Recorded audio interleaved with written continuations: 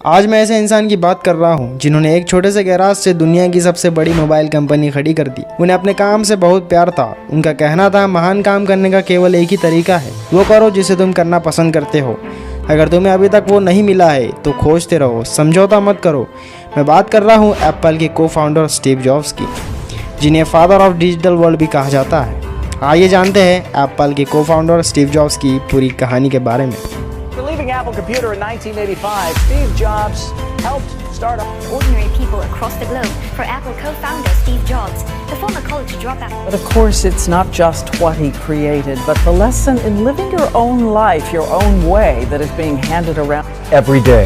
Steve Jobs, the visionary founder and leader of Apple Computer. Steve jobs का जन्म 24 फरवरी 1955 को California के San Francisco में हुआ।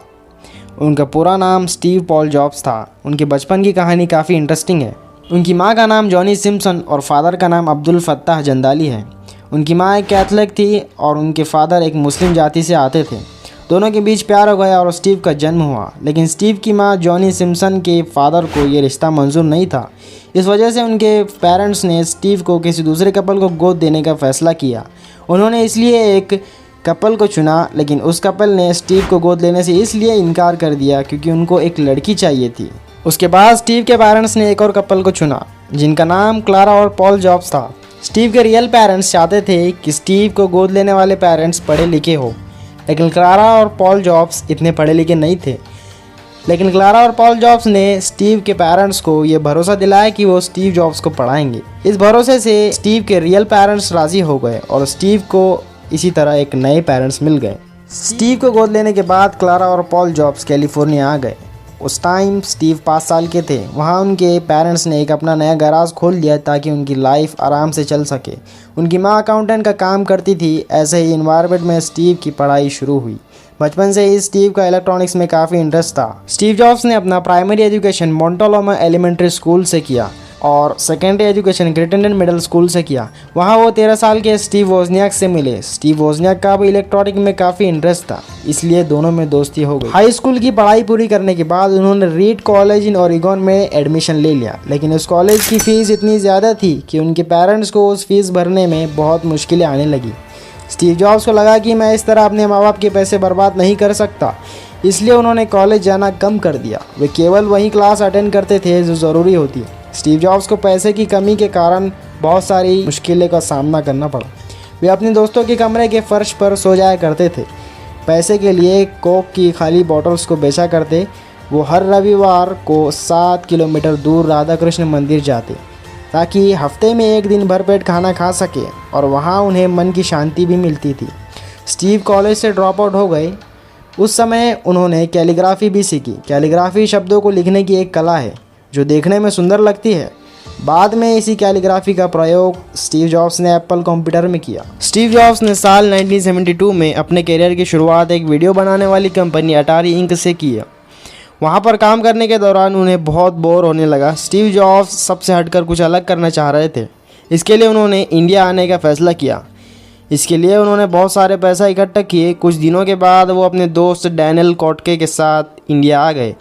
इंडिया में वो 7 महीने तक रहे। इंडिया के नैनीताल के एक आश्रम कैंचीधाम, जहाँ पहले नीम करोली बाबा रहते थे, मिलने के लिए गए, लेकिन उन्हें पता चला कि बाबा ने 2 महीने पहले ही समाधि ले चुकी है। उसके बाद स्टीव उनके समाधि स्थल पर ही हनुमान चालीसा पढ़ने लगे। उन्होंने ऑटोबायोग्राफी ऑफ ए योगी नाम से एक किताब भी पढ़ी। इस बुक का उन पर काफ़ी असर हुआ। उनके जीवन के देखने का नज़रिया ही बदल गया। इंडिया से लौटने के बाद बौद्ध धर्म अपना लिया।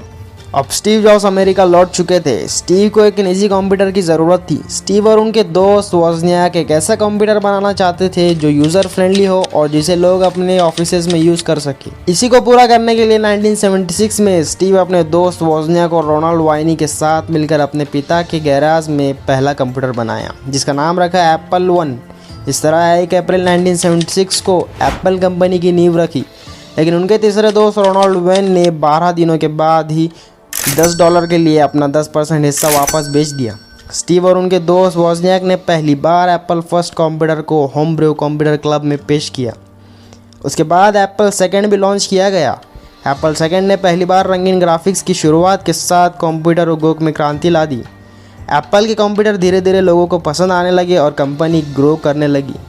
10 साल के अंदर ही कंपनी ने $2 बिलियन कमा लिए। साल 1980 को कंपनी ने पहली बार अपने IPO बाज़ार में उतारे और इसका काफ़ी अच्छा परिणाम भी आए। एप्पल के इस IPO की वजह से ही रातों रात 300 लोग करोड़पति बन गए।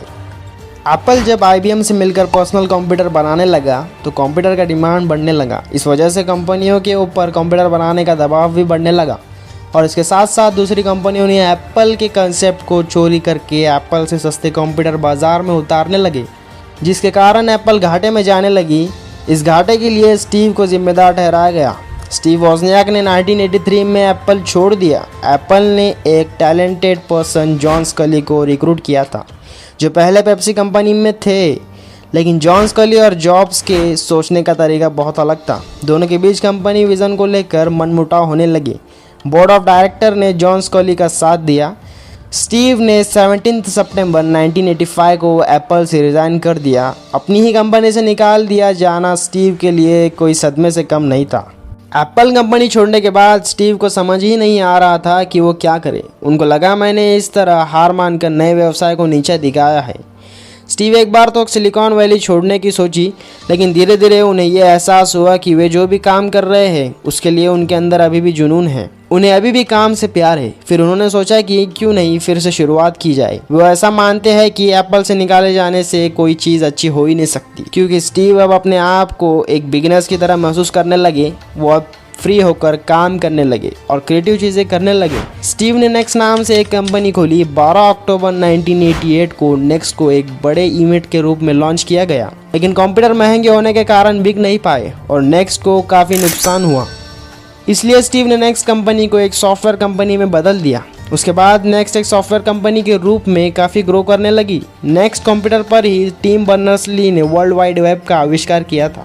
स्टीव ने 1986 में एक ग्राफिक्स कंपनी $10 मिलियन में ख़रीदी, जिसका नाम उन्होंने पिक्सार रखा। पिक्सार ने दुनिया की पहली computer animated movie toy story बनाई और यह दुनिया का सफल एनिमेटेड स्टूडियो है। एप्पल काफ़ी मुश्किलों का सामना कर रहा था और घाटे में जा रहा था।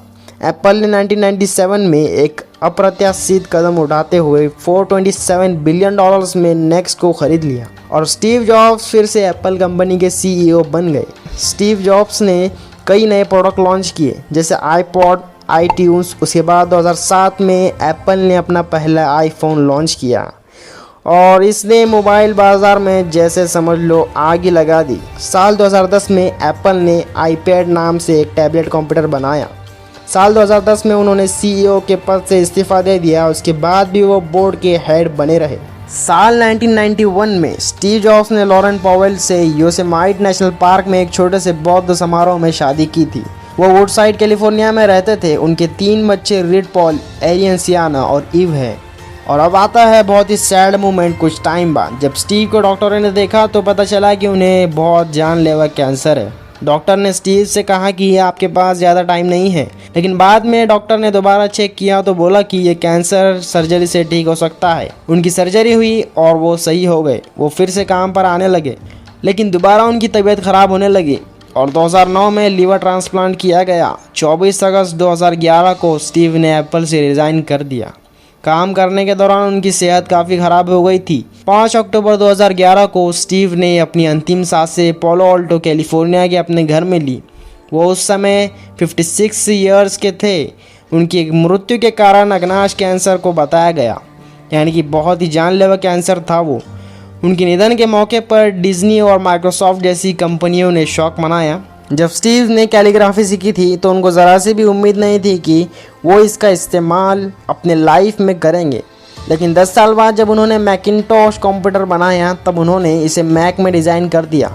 अगर स्टीव कॉलेज ड्रॉप आउट नहीं होते तो मैक में कभी मल्टीपल टाइप फेसेस या प्रोपोर्शनल स्पेस्ड फॉन्ट्स नहीं होते और शायद पर्सनल कंप्यूटर्स में जो फॉन्ट्स होते हैं वो भी नहीं होते। स्टीव जॉब्स बताते हैं कि जब मैं कॉलेज में था फ्यूचर में जाकर डॉट कनेक्ट नहीं कर सकता था, लेकिन आज मैं उन डॉट्स को कनेक्ट कर सकता हूँ। मतलब आज जो हमारे में जो भी चल रहा है आगे चलकर फ्यूचर में कनेक्ट हो ही जाएगा। इससे हमें क्या सीख मिलती है कि हम जो भी अपने लाइफ में करते हैं, जो भी सीखते हैं, हमारे साथ जो कुछ भी होता है उस चीज़ के बारे में हम प्रेजेंट में रहकर ये अंदाज़ा नहीं लगा सकते कि क्यों ऐसा हो रहा है। लेकिन जब मुड़कर अपने पास्ट में देखते हैं तभी वो चीज़ें समझ में आती है कि वो घटनाएं क्यों हुई थी। अगर दुनिया में कभी भी एंटरप्रेन्योर की चर्चा होगी तो स्टीव जॉब्स का नाम हमेशा लिया जाएगा। तो दोस्तों मिलते हैं आपसे इसी तरीके की नई इन्फॉर्मेटिव वीडियो के साथ। तो तब तक के लिए goodbye and take care.